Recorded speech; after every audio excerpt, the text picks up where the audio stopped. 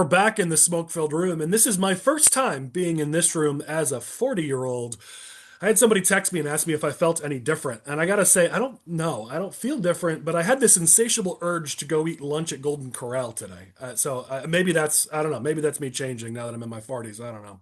But eating dinner at 3, 4 o'clock seems more appealing to me. Going to buffets seems more appealing to me. So there you go. I'm an adult now. Crawling around after Teddy, I gotta tell you, especially at 40 now, you feel your age. Anybody who says, I get why, you wait till you're a little bit older to have kids so you can maybe enjoy some time with your spouse before then, but there are downsides too, and my knees and back feel them every day. So, old man here introducing our Smoke Filled Room podcast, but I'm glad to be here with you. I'm glad to have our guests this week. Let me introduce them for you. We've got State Senator Sue Rezin, one of my favorites in the not just the Senate, just the General Assembly in general. So really glad we could get you on, Sue. She's the Deputy Minority Leader. She formerly served in the State House as well. She's at a number of national and statewide boards and a small business owner. So your perspective is going to be really good to have this week. Thanks, Sue, for being here. Oh, my pleasure. Thanks for having me. We also have with us another candidate. As you've heard us talk about the last few weeks, we're going to be using our platform to give Republican candidates an opportunity to introduce themselves to a statewide audience. So each week, we're going to have one candidate from various races. And so this week, we've got Brad Beekman. He's running for the 36th Senate District, which is one of two Senate districts that I know Republicans are really hopeful we can make a play for in November. He's a former or a retired Illinois State police officer. Brad, glad to have you with us. Thank you, Collin. It's great to be here. Appreciate it. And we'll talk more about your race. And obviously, you've got a primary race and a general. We'll talk more about that a little later in the podcast. Yeah. We also, as always, have with us Core's political experts. We've got Michael, we've got Chris. You guys ready to make this one of our best episodes? Let's make it happen. It's your birthday week. It's got to be good, right? I'm hoping you bring something here. I appreciate the introduction, Unc. I'm going to be calling you Unc from now on because you've turned 40. Every time I have a birthday, I usually tell my friends, it's all downhill from here. But I couldn't imagine turning 40. Just having that idea in my head of being 14 years older is very harrowing to me. So I'm glad it was you and not me, buddy. You got people a long way. People just assume you're 40, Chris. Yeah, so I get the respect of being a 40-year-old without actually having that many years on me, Butler. Yeah, well, if you want to hit that Pretty milestone, good. I think step one is move out of mom's basement, and then step two is, find a stable relationship. You got a little ways to go here, Chris. You got to work. Hey, listen, I'm still young. 26 is still young, right, guys? Right? You're 26 going on 45, but hey. You All right, well, let's get serious for a second. We've got our first topic here. It's a doozy, and if you've connected with me on social media, which I encourage you to do so because I love to keep these conversations going even after the episodes. You know that I've got some thoughts on what happened in Minnesota. Saturday, I took the day because we had some family activities for my birthday, so I took the day off social media. I wasn't looking at my phone or news. Then I made the rookie mistake of just before going to bed, I pulled up my phone and just checked real quick. And of course, then 2 hours later, after scrolling through and reading all the news and watching more videos than I can count, I didn't sleep that night. I'm not gonna lie, and we're gonna talk about it briefly on the episode. I know it's national, but it has an impact on our politics, so we've got to talk about it. And this is the second situation we've seen in Minnesota over the last few weeks. Alex Preddy, previously it was Renee Nicole Good, and in both situations. What's crazy is, so I've got a friend, speaking of crazy, who believes we're living in a computer simulation. And I'm not going to out them because it's, an interesting perspective. I don't agree with it. But there are moments where I go, they might actually be onto something because in both of those situations that I mentioned, they're almost perfectly situated where both sides can see what they want to see and not see what they don't want to see. In the Alex Preddy situation, the right can see that Preddy and others were obstructing and actively antagonizing law enforcement. It even seemed like they were seeking out a confrontation. In the videos, you struggle to see where the first shot comes from. And now, ever since then, you see the reports that I'm not sure if they're accurate. I haven't been able to check, but that maybe Alex was in a previous situation with law enforcement 11 days earlier. They could point to images of the gun. It's a $2,000 gun. It's not just was intent in purchasing and bringing that weapon with the individual. So the right can point to all of those things to justify their position on the situation. The left can look at, that federal law enforcement in that situation actively escalated the confrontation, pushing the woman, the way that the individual was spraying a pepper spray in the protesters' eyes, throwing Preddy to the ground, and some of them were pummeling him as they were trying to subdue him.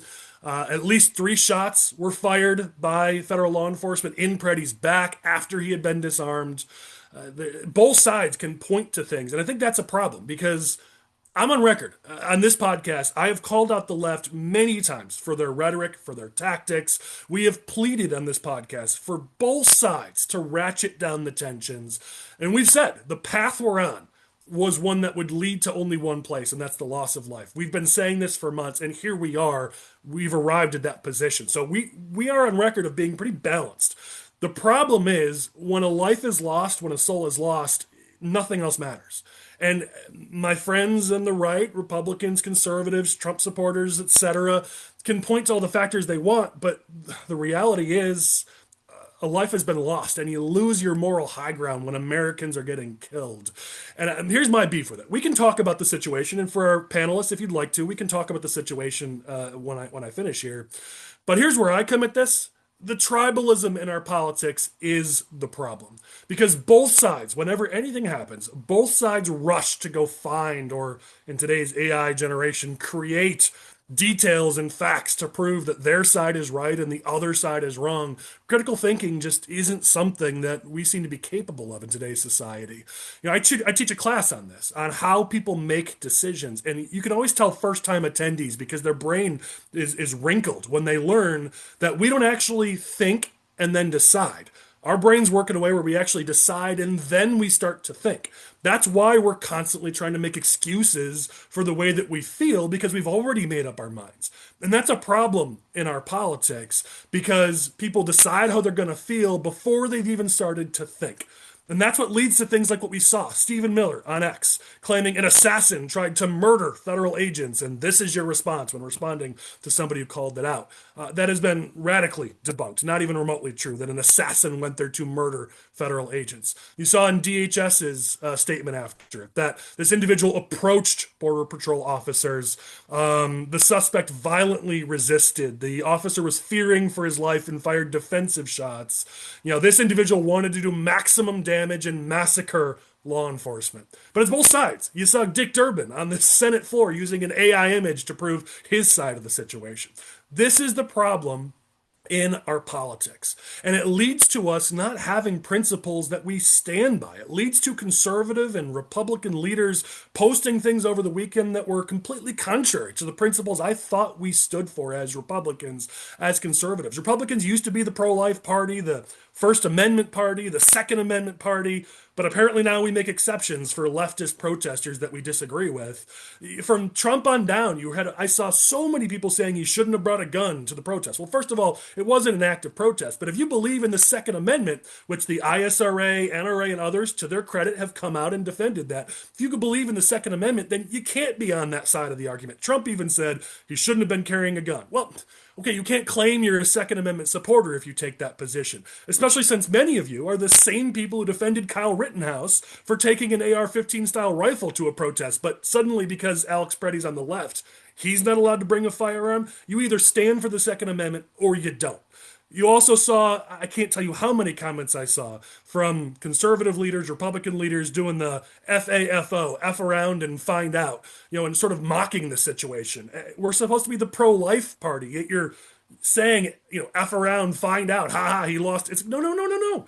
Even if you disagree with an individual, you ought to be pro-life if you supposedly are pro-life. And then a whole bunch of people who claim to support the First Amendment who are going after these individuals for protesting. Listen, again, I have been on record. I don't like their tactics. But if you support the First Amendment, you support the First Amendment whether you agree or disagree with what those people are saying.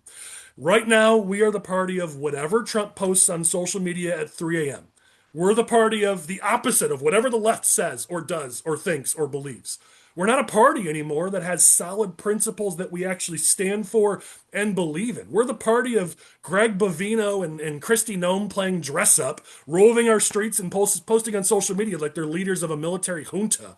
We've got to stand for something because right now I don't recognize my party anymore, and it's really making me question my loyalty to my team. We've got to be done with this tribalism. We've got to be able to objectively think about the situation that happens. And yes, guess what? Sometimes our team is wrong, and we ought to be adult enough to be able to admit that. That's my rant. Anybody else who'd like to jump in, feel free to jump in, and then we can move on to more policy and political topics. The only thing I'll add to your point, Colin, is that this does no favors to the Republican Party. Nope. If you're a Republican, you're getting minimal traction off of these shootings. You're getting minimal traction off of these ICE deployments. It's been done in such a way where it directly helps the Democratic Party in the 2026 election. And that's what frustrates me the most about this. We can talk about the need of mass deportations or whatever, but the reality of the situation is the way that this has been done, it's not doing the Republican Party any electoral favors. And I think Trump's realizing that now. That's why Bovino's out. They're saying that Noem's going to be out soon, potentially. I hope somebody in D.C. gets their act together and realizes that the longer that this type of stuff goes on, the more it's helping the Democratic Party and the less it's helping the Republican Party. Because, frankly, while Republicans tend to are agreeing with the administration almost 100% on the immigration issue, it's not energizing them enough to where it's going to, counteract the energy the Democrats are getting off of it. Well, you saw Trump's numbers, Republicans' numbers on immigration. We were leading on immigration as of the end of last year, just like the economy and other things. But we've been leading on immigration. But the way it's been implemented throughout 2025, I said last year, I meant the end of 2024, we were leading on immigration. The way they've done it, and this is what we talk about on this podcast all the time. Many times it's not what you do, it's how you do it. Americans were on the side of Trump and conservatives and Republicans when it came to immigration enforcement, especially securing the border, for a long time. But the way we've gone about it as a party and throughout 2025, we're now trailing badly on immigration amongst American voters. And that's going to be a problem come November if we don't turn that around, which is why you've seen Trump has made serious changes just in the last few days in the way they're approaching Minnesota. They've sent Tom Homan in there, and he's actually meeting with elected officials. Gee, what we've been begging for. Could adults just sit down at the table and go and enforce our laws and keep communities safe and keep families safe? That's what we wanted. Great law enforcement officers. We've got one here with us in Brad Beekman, who's a law enforcement, previous law enforcement. We absolutely support our law enforcement officers. Let's get back to being adults, to enforcing the laws and keeping communities safe. And by the way, as Chris brought up, politically, that's going to help us because we win on crime. Right now, we're not winning the way we're approaching immigration. The only thing I'll disagree with you, Colin, is I don't think it's right to frame this as a new phenomenon. Politics in general, and the Republican Party specifically, has been glorified acting for a very long time. So I wouldn't go as so far to say the Republican Party lost its principles. It used to be a party of principles. There was 8 years of George W. Bush to show you that wasn't the case. So I don't like saying that this is all a new phenomenon. It's clearly not.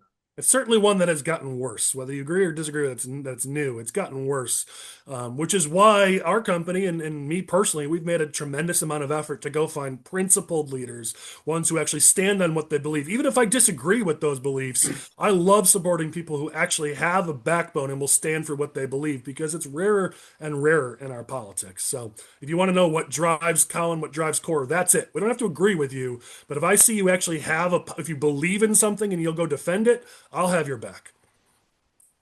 All right, let's go to our next topic. There's a reason why we have State Senator Sue Rezin with us, because we've got to talk energy, and she's one of the leaders on energy down in Springfield. So I'm really happy to have Sue with us. We're going to open up a whole discussion here on energy prices, and as we do that, I'm going to have Lane bring up on screen. It'll be on post, so you guys in the panel won't see it, but anybody who's watching this when we release it will.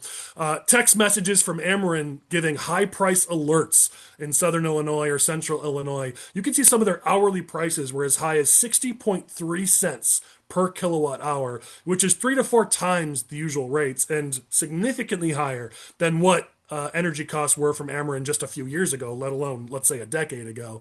Another a post up here, Brian Drew, Republican candidate for comptroller, posted this text that he got from the SEIEC that asks people to discontinue all non-essential use of electric energy until further notice due to regional shortage of electric generation capacity.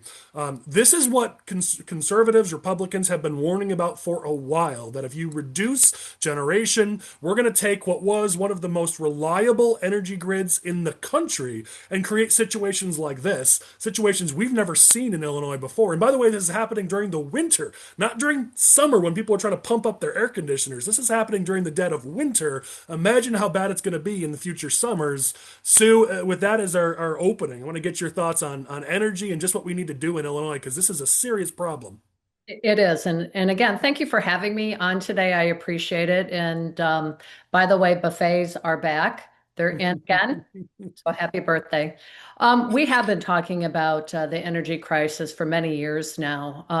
With the passage several years ago, we were concerned about the nuclear power plants going offline, and it was a threat that we took very seriously.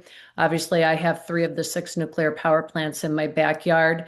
I talk to people locally. I talk to the unions locally. I talk to people who are working in the nuclear power plants. And at the time, there is just by the process that they were going through and the potential that they needed to order their fuel or get in line for their fuel, we could see that this was an imminent threat. So we worked on passing legislation to save the nuclear power plants, which, by the way, provides 54% of our energy portfolio is comprised of nuclear. In the MISO, or Southern Illinois RTO, MISO's been struggling with reliability for quite a while because the RTO that they're in, they've had tremendous amount of capacity, mainly coal and some natural gas go offline. It's creating a supply constraint. That's why you're seeing their costs go up. Never before, though, we're in the PJM, the northern part of Illinois in the PJM, RTO. We've been a net exporter in Illinois. The PJM has, for the most part, always been considered a reliable source of transmission through the 12 states until recently. And we are starting to see in our adequacy reports that by the year 2030, there will be a shortage of power. And we, the state of Illinois, could be a net importer of power. So these are just economic dynamics. These are constraints on power that are causing your electric bills, unfortunately, to go up. When I put an when I'm looking at helping to negotiate an energy policy, I look at 4 different areas. Reliability is, can we rely on the power always being there even on days when you have 10 days in a row of over 100-degree heat, or you have a polar vortex? Can you rely on that? Resiliency, the same power has to be resilient through these weather, through the huge weather swings that we have. And then the reduce the carbon footprint. Now, there are many companies, whether you agree with that or not, there are ways to reduce your carbon footprint. And there are companies that it is their goal, is their mission. They want to buy electrons that are renewable because they, in their mission for the company, want to be 100% renewable or clean energy. And then lastly, though, the one that was really never talked about too much until now, affordability, right? So you have the 4 pillars of energy, and you really need to have reliable energy to have affordable energy. And we're seeing with the base loads going offline, we saw it in MISO or Southern Illinois. Now we're starting to see it in Northern Illinois, that this is creating a huge problem. We haven't even begun to talk about data centers and the future impact of data centers and what they will have on our grid system. I know that we're talking about that nationally. I just had a meeting today of bipartisan state legislators at the national level talking about PJM and what can we do to make sure that as we're building out power to power the data centers, that cost is not spread on the ratepayers. How do we do that? Believe it or not, I think Illinois has a model in place that other states are looking at, but we're just at the beginning. So we have AI that's trying to be built out as quickly as possible. because we're not competing with Indiana or Wisconsin. The state or the country's competing with China. So whoever builds it out first wins. And that's a huge strategic and security advantage. We want to win. How do we do that? One of the first constrictions that these companies, the hyperscalers, are looking for is, where can I get enough power? Because they're asking for, before we have companies come into my area asking for 50 or 100 megawatts. Now I have hyperscalers in my district asking and requesting 1,000 megawatts. Imagine that. And I have 3 major ones, and there's more in the queue at ComEd. So we have to figure out, how can we provide enough power for the data centers, what that looks like, but make sure that that cost is not spread across ratepayers who have already seen their rates go up because of a decrease in the supply from coal and natural gas going offline.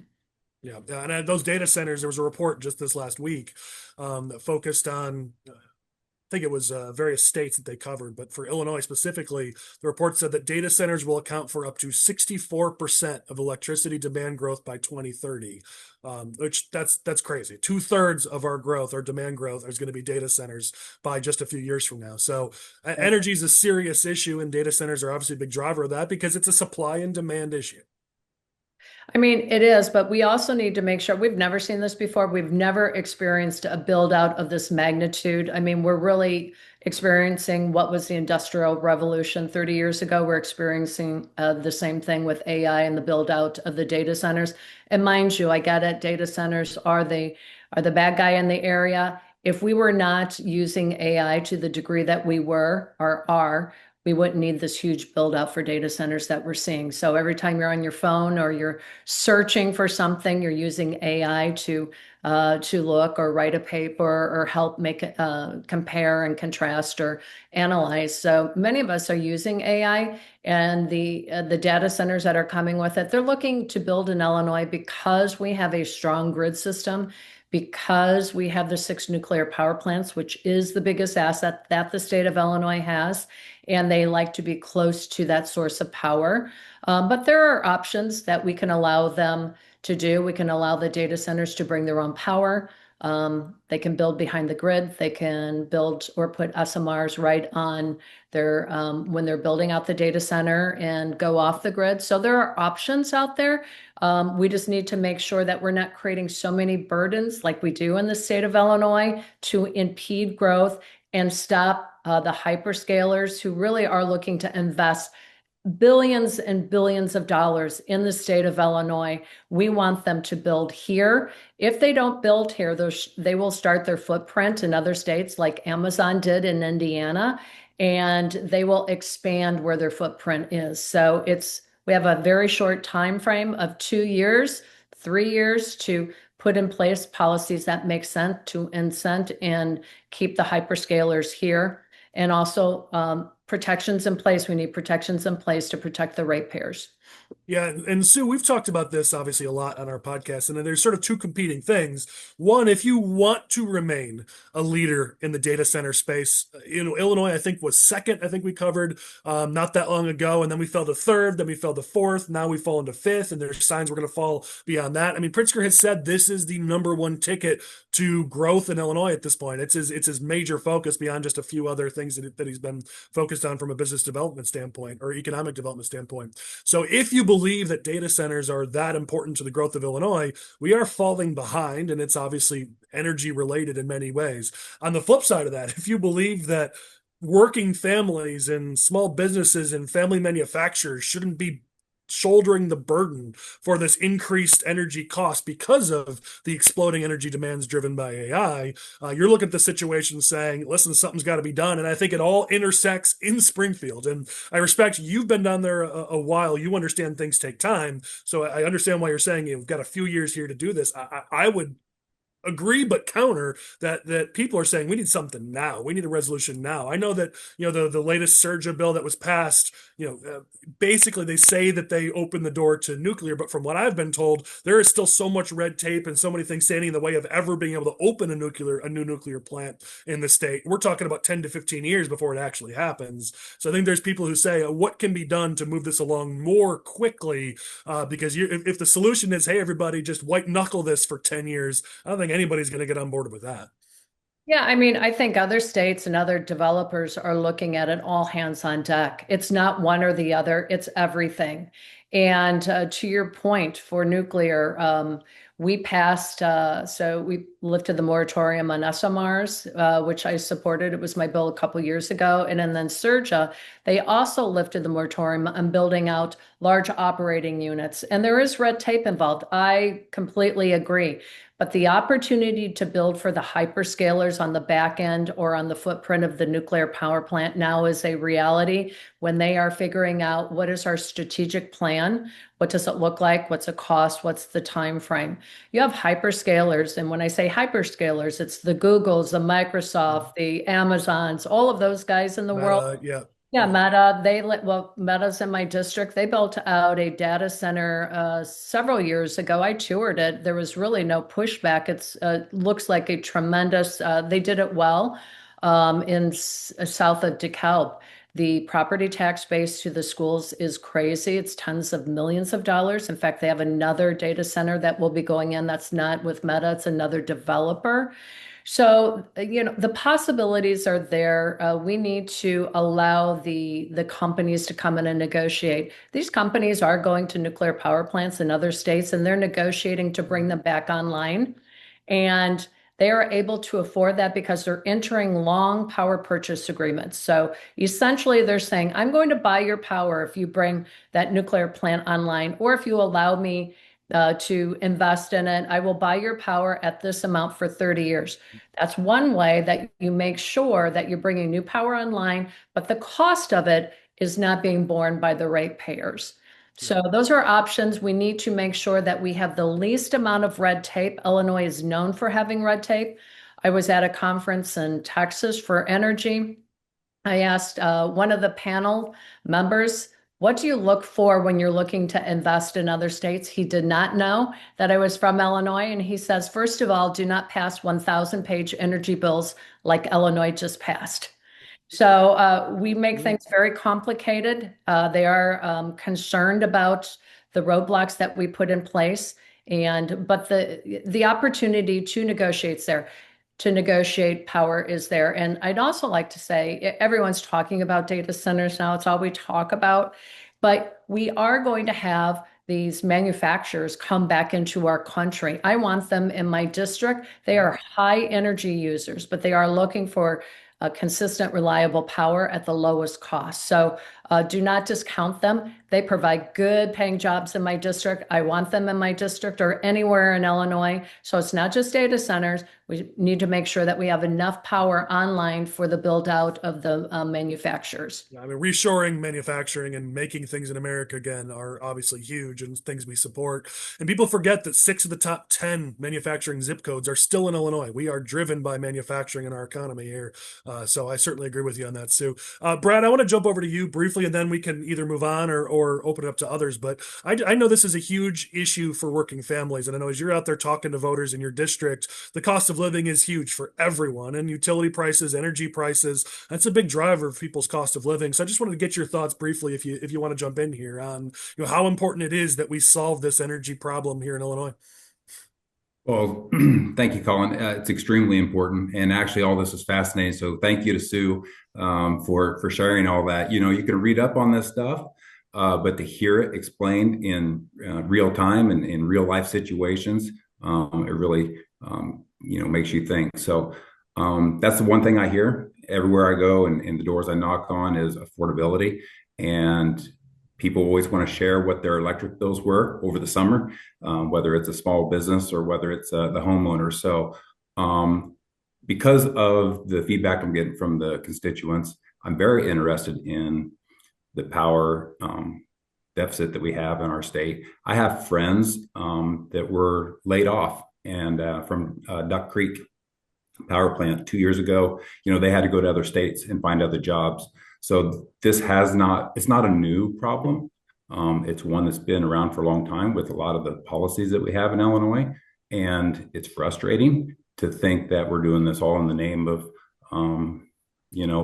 politics to some degree or a program. So Yeah, and especially when those politicians they keep pointing to Texas, like, hey, we want to be like Texas. Texas has a lot of batteries, so we want to have a lot of batteries. It's like, yeah, Texas is doing this right because they have an all of the above energy approach. Yes, they have as much clean energy as they can get, but that only gets you so far. They also use natural gas and they also have nuclear and yes, batteries to store that capacity, so we're not wasting it. There's a lot that goes into this, but when you say, you know what, we're going to only produce energy and we're only going to use these options, that's when you run into problems, and that's been Illinois' problem for a while now, since whether it was CJA, FIJA, SERJA, or any of the other JAs.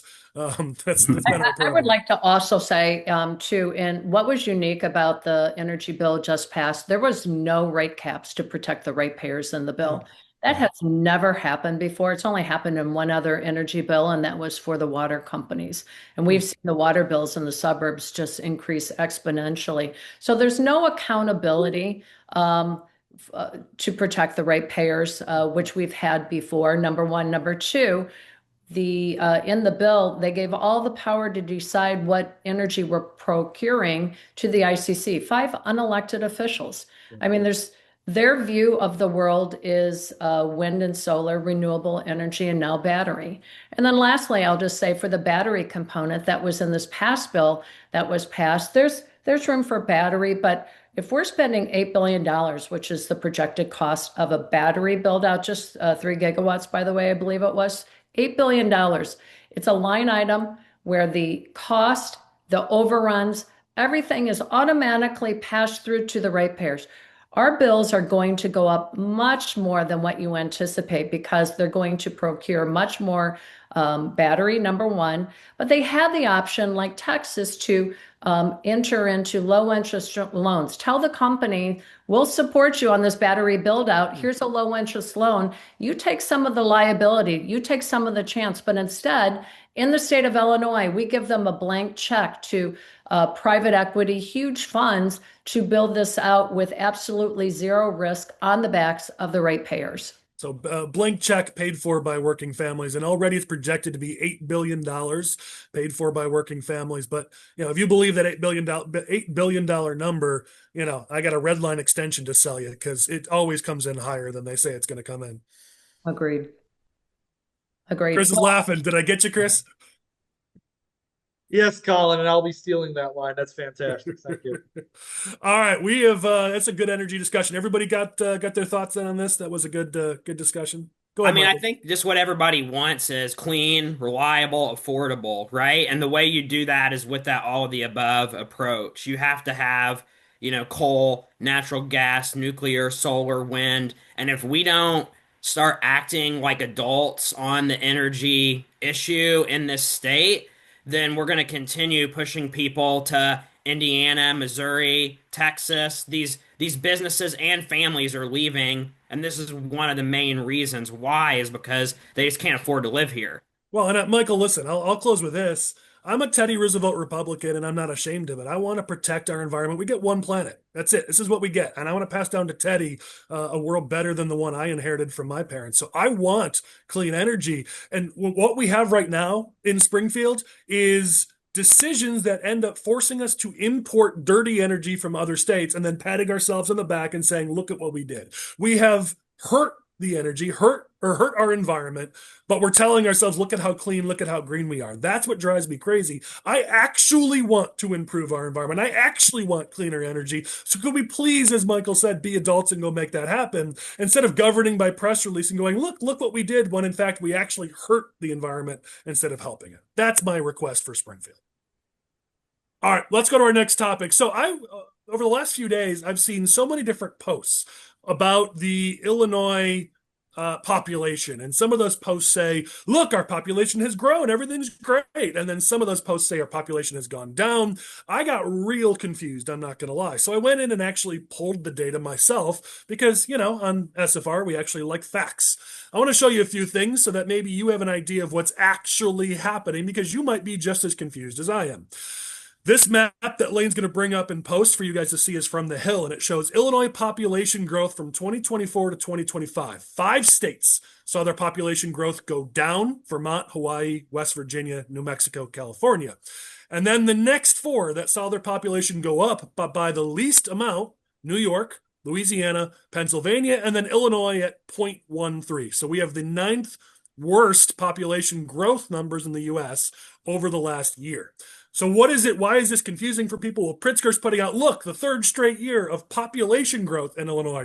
And this is that embracing of mediocrity that is the Pritzker administration, where you just want to look for the positive in every number. It's gaslighting, basically, but look for the positive, even when it's not actually positive. Like, all the credit upgrades that Illinois has seen, even though we still have the worst credit rating in the country, but nobody ever calls Pritzker out on it. It's the same thing here. Look, we've seen growth. Okay, but the whole country has seen growth. Where do we stand compared to the whole country? Well, we're 9th worst. And if you look at the Midwest, Illinois is the worst in the Midwest. We're at 0.13. Iowa's double over that. Wisconsin, Michigan, Ohio, all better. Kansas, Missouri, 3 times better. Indiana, 4 times better. Minnesota, Nebraska, 4 times better. South Dakota, North Dakota, 5 times better. All the Midwestern states saw better growth over the last year than Illinois. Yet you see Governor Gaslight out there saying, look, Illinois is growing. Everything is great. So we're here to set the record straight that actually it's not great. Our growth was the worst in the Midwest over the last year and the 9th worst in the whole country. And since 2020, our population growth, air quotes, is the 2nd worst in the whole country behind only New York. We have lost 76,000 people since 2020. So this spin that Pritzker wants to put on this, the reality is no. Just like every other metric, when we look at Illinois compared to the rest of the country, the reality is no, it ain't great. And that's why Lane's going to bring up on screen a couple other data points. There's been 2 different forecasts on what's the apportionment going to look like in redistricting at the end of this decade. How many congressional seats are we going to lose? How many electoral college votes are we going to lose? Because we're going to lose something because of the population numbers I just told you. Well, the American Redistricting Project has Illinois losing 1 congressional seat and electoral college vote. If you look at this map, it looks like a whole bunch of blue states: Wisconsin, Minnesota, Oregon, Pennsylvania, New York, California, all losing. No, look, pretty much all the states that are gaining are all red states: Texas, Florida, North Carolina, kind of Georgia, New Mexico, Utah, Idaho. Here's another one, and then I'll stop. Carnegie Mellon University gave their predictions. They have Illinois losing 2. So it looks like we might be right on that edge between losing 1 and losing 2. They also have pretty much all blue states losing, and as you can see, pretty much all red states gaining. So Pritzker yet again is saying, don't believe your eyes, don't believe your ears, don't believe all the people who tell you that they'd like to get the heck out of this state. No, everything's okay. So yet again, Pritzker's gaslighting people, and of course the media is going along with it because that's just what they do. Apparently, if you're a billionaire and a Democrat, they'll let you say whatever you want and never actually fact check you. All right, anybody have thoughts on our population in this state? Me being poor and a Democrat, I don't have the advantages that our government does, that our governor does when it comes to saying things on the record. So I could be 100% accurate. And they could tell me I'm wrong. Collin does that all the time. Or if I'm 100% wrong, I don't have the benefit of the doubt like our governor does. It's interesting. But on the topic of, congressional reapportionment and population growth or decline in this state, I remember back in 2020, it was kind of an open secret amongst the Democratic Party that, yeah, they're saying 1 to 2. It's really 2 to 3 we're probably going to lose in a congressional delegation. That's what they're preparing for 2020. Then COVID happened, then the census gets, oh no, we have to take a while. Just Chris, to be clear, COVID happened and migrants being bussed up to Chicago happened. You can't forget that. Of course. So we got to make sure we get the census numbers right. That's why we got to do another round of remaps, guys. So we end up losing 1 congressional seat. I don't think there's going to be another mass virus in order to skew the census numbers come 2030. And we're going to be losing 1, probably 2 congressional seats if everything is done evenly in this state. And I guarantee you, I've been saying this for a long time. I've said it on this podcast. When it comes to reapportionment in 2030, they are not going to be able to justify 3 Voting Rights Act black plurality congressional districts in this state. And that's what Senator Willie Preston was talking about when they were talking about redrawing the maps mid-cycle here. And I'm going to guarantee when it comes to 2030, there's going to be an argument between the Black Caucus and the rest of the legislature because they will not be able to justify a third black congressional seat. Well, in our latest tracking poll that we do every quarter that we sometimes release on SFR, this was taken in December. 24% of Illinoisans said that they're very likely to leave at some point in the future. 24% said somewhat likely. So 48%, basically half of Illinoisans, say that they're at least somewhat likely to leave at some point. And you see that, by the way, in the numbers from 2024 to 2025. Illinois lost. Here we go. Let me pull this up. Illinois lost 40,000 residents to other states. That was one of the worst numbers in the country. Let's see. I know IPI ran something on this. Third worst in the country. Lane, you can bring up that map in post from IPI where we're the third worst in the country for losing residents. The only reason why our numbers were a net positive was immigration, net immigration. Illinois still is one of the best states for bringing people in from other countries, but the people who actually currently live here were third worst in the country on them wanting to leave. I saw another. Oh, go ahead, Senator. No, go ahead. I would just say we all know people are leaving. We feel it, we see it, we hear it every day. Florida is just a one-way ticket to Florida or Tennessee or South Carolina. I mean, Florida right now, and it's not only about reapportionment and congressional seats. It's about when people leave, they're taking their wealth with them. So when they're going to Florida, who, by the way, is talking about eliminating property taxes, can you imagine that? If that happens and it passes, can you imagine the U-Haul vans going straight to Florida and not coming back? But it also is talking about and proposing bills that send negative messages to people who want to stay in the state, but they see this unpredictability. They see all of this negative impact bills. You're looking at it right now in California. They have what they call the billionaires bill that they're trying to get on the ballot. The billionaires bill really is, at the end of the day, ultimately a property seizure bill. It's a bill that says not only after we tax you, your property taxes, after you're paying tax on what you made at work, we're going to tax you, what you have in your home. If you sit on a board, if you started a company, but it's valued at something, but you're not creating cash yet, if you're a farmer that's land rich, cash poor, it's an additional tax. These people see that. And so the billionaires have said, we get it, we're not staying here. If it doesn't pass this year, the fact that they're still talking about it, we're not going to risk it. So the state of California has seen $500 billion worth of wealth move to Texas. So it's not only the congressional seats, it's the wealth that they take with them. It creates a problem for budgets. And so that's what we see as well. It's always the negative bills that we see in Illinois. Yeah, and I'm glad, Sue, you brought the real world impact. And we got stuck talking politics for a little bit because, that's what we do. But there's a real world impact here. As people leave, it's not like the taxing bodies are going to ask for less money next year. So that tax burden is now carried by everybody who stayed. And that's part of the reason why everyone who's here keep feeling like their taxes keep going up. The taxing bodies are like, they're many of them are raising that within CPI. They're not raising it that much, but because people are leaving, it's like, well, guess what? 50,000 of you were paying those taxes a decade ago. Now only 40,000 of you are paying even more taxes. Like that's just the problem is as this death spiral continues, the people who are left, those of us who are here, who are staying for business or family and want to fight for our state, it becomes harder every day and more expensive every day. Any other thoughts on this before we go to our next topic? I mean, I think you just look at, I saw one article where I think they said there had been 55, tax increases since 2020 in the state of Illinois when some of those are minor increases, on this or that, Zen or whatever, but that wasn't a people minor are increase, feeling it. Butler. Yeah, that's true. People are feeling it. And then they see the articles where it's, oh, we're going to tax your Amazon deliveries and your pizza deliveries and all these things. And whether or not those things pass or not, in the short term, that's been suggested and people hear that and they say, oh, well, maybe Missouri doesn't look so bad. Well, and listen, we hear this all the time too. The apologists for Pritzker and Democrats and their spokespeople on certain blogs like to say, well, it's just the Midwest. People are leaving the Midwest or they're leaving the cold.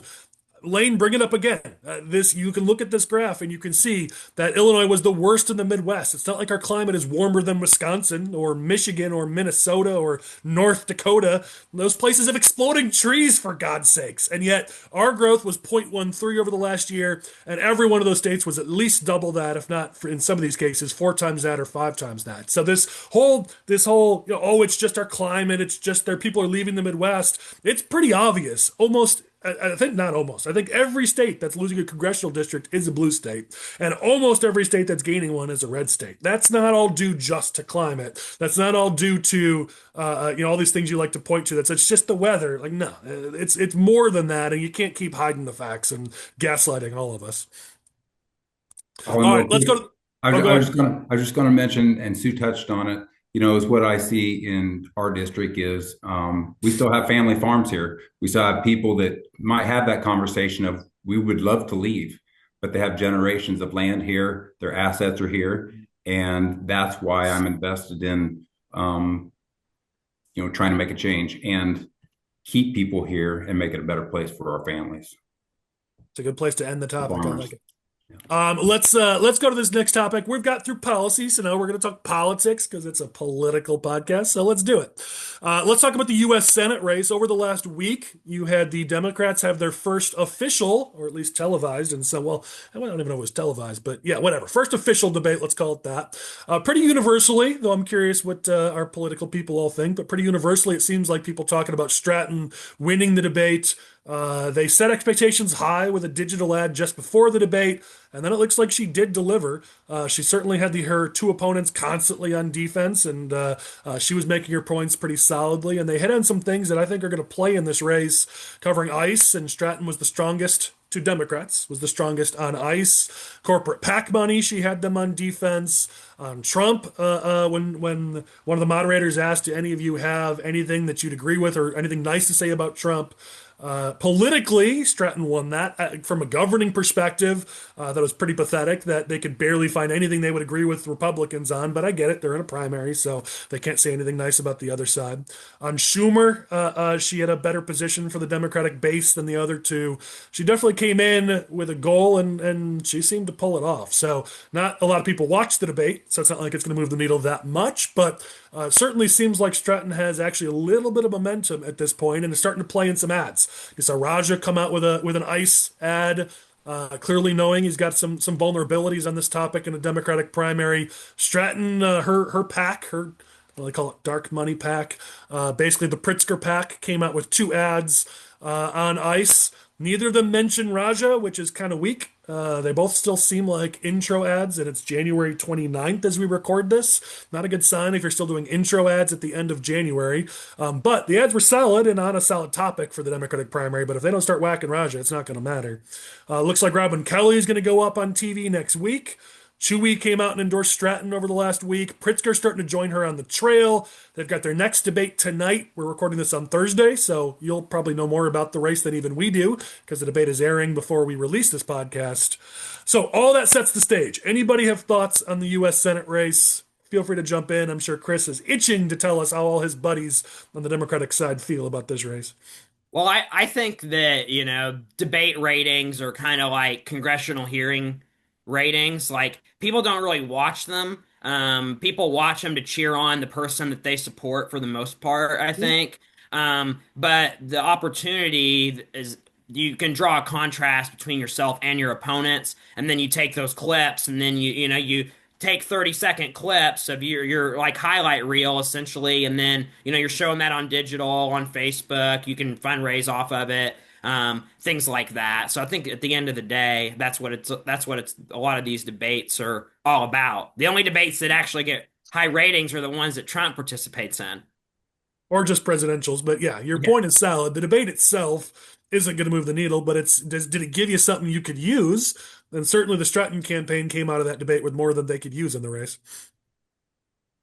it doesn't seem like there's a lot of appetite for Raja to win this primary right now in the Democratic Party. And I'm glad to see that Juliana Stratton's actually taking some time and trying to hit him on a number of these issues. I read some of the recaps of last night's debate. I agree with you, Collin. Seems like Stratton had a really strong night for the debate, but the February has to be a heavy hitting month for the Stratton campaign and her PAC. And you got to actually mention Raja. This Raja, week, her opponents, nobody connects the dot. If you don't say his name, it's not going to work. Raja is static right now at his 35% in the polls, which he was going to get. He's the first on TV. He has the most money. He's been on TV for a long time with his congressional ads. He was going to be this strong. He's staying there right now. Stratton needs to start hitting him and hitting him hard. It is still, I believe, it is still Stratton's race to lose. Stratton losing this race, I believe, would be a huge upset because she has all the cards in her favor to win this primary. It's incumbent on her team, which up until this point has been terrible, but it's incumbent on her team to actually go out there, start hammering Raja. And if they do that, she will win on election. Yeah, it's interesting. As obviously our podcast is from a center-right perspective, so why does this matter to Republicans? Well, Raja has done a better job pretending to be a moderate than Stratton has. It was interesting. If you look at some of the challenges from the other candidates who are thinking more general election, Raja's thinking general, Kelly's thinking general, and so when they're asked about ICE, they're kind of in the same boat as Pritzker, where they're like, well, we want to abolish Trump's ICE. We want to defund Trump's ICE. They're trying to find that sort of nuanced position. Stratton doesn't give a crap. She'll run as far left. And this is what we've been predicting for a while. She'll run as far left as she has to for a primary because that's how she actually feels. She is the most progressive candidate that we've probably ever seen on a statewide race like this. And so you get somebody like that through a primary who is, a CTU acolyte who's super far left. That puts the Republican nominee, who's likely to be Tracy, who's, as we've said before, is a client, but I don't think anybody's really disagreed with that point that Tracy is likely to be the nominee on the Republican side. If you want to have a Republican situation where your candidate can overperform, we're not saying win, we understand the math in Illinois, but at minimum overperform, which helps you down ballot, Juliana Stratton is the opponent. I mean, Kelly would be amazing, but that's not going to happen. So Juliana Stratton's the opponent you want to face. Again, Raja is better at pretending to be moderate, and that would make that race harder. So if you're as a Republican, you're watching this race, that's why it matters, and that's why we're paying so close attention to it. All right, let's go to the gov race. So development in the Republican primary for the governor's race. The Bailey Del Mar campaign has released an internal poll. Make that clear. It was their pollster. It was an internal poll, and every campaign does this. We've seen it. As a matter of fact, I'm shocked it took the Bailey campaign this long because this is what you do when you're the front runner. And by the way, this is one of Aaron Del Mar's favorite tactics. So I'm shocked it took them this long to do it. But they have released the poll results. A little weird graphic at first, but they seem to have cleaned that up. And their internal poll had Bailey at 57, Heidner at 9, Dabrowski at 8, Mendrick at 4, and 22% undecided. Now, a couple things. Again, I said internal poll. As we've told you all before, your internal polls are always going to favor your campaign because you're looking at the same audience. Your internal pollster is going to poll the same universe that your mail vendor is hitting, and your ad vendor is hitting, and your social media team and your grassroots team is hitting. So your internal polls are always going to overestimate your support. That's number one. And number two, this poll was of likely Republican primary voters. We actually talked about this last week. Fancy that. That likely Republican voters are going to be more strong for Bailey, and that shows up in this poll. So a standard poll of potential Republican voters will underrepresent Darren Bailey's support because Bailey has a lot of grassroots support.